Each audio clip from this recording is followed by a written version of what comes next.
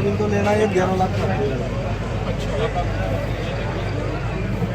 1160 वैसे कितना 13 लाख।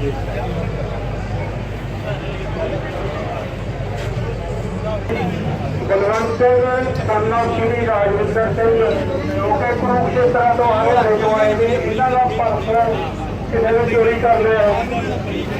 चाहे पैसे बहुत जरूरी ने, जेकर किसी लवारस पिया उन्होंने पर्स मिलता है तो 2 नंबर स्टाल तक पहुँचता कर दो जी कृपा करके। एक जरूरी सूचना है जी, बलवंत सिंह सन ऑफ श्री राजविंदर सिंह जो कि कुरुक्षेत्र हरियाणे तो आए हैं।